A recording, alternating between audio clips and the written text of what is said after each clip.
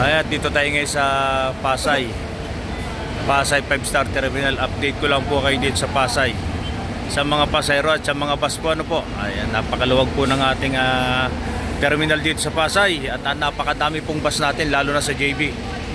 At ito pong Santa Cruz na to, pipila pa lang siya. Ayan, 3333. Ayan, Santiago, Kapas Tarlac, ayan, wala pa halos laman. At itong Kabanatuan, ayan, kapipila pa lang po. At ito lang po ang kanilang pasahero. At yung pong Dagupan, wala pa rin pasahero ang Dagupan, ilan pa lang. At yun ang San Clemente, yan, ilan pa lang din mga kagulong ang San Clemente. Kaya po kayo pupunta ng probinsya, Pangasinan, pag kayo po ay pumunta dito sa Pasay 5-star terminal, sigurado po makakasakay agad kayo at hindi po kayo mahihirapang sumakay. Kasi po napakadami pong bus na inihanda ni 5-star.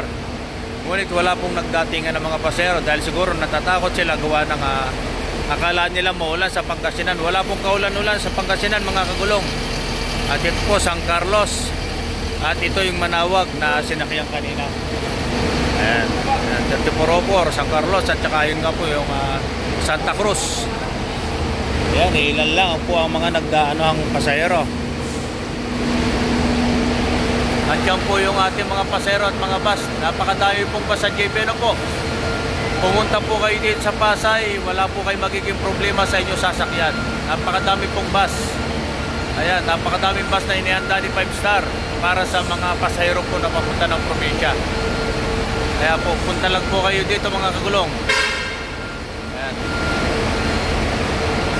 O, sige po mga kagulong, kagapay sa masayang paglalakbay, 5-star, may malasakit. Bye bye. Magandang umaga po sa inyo lahat.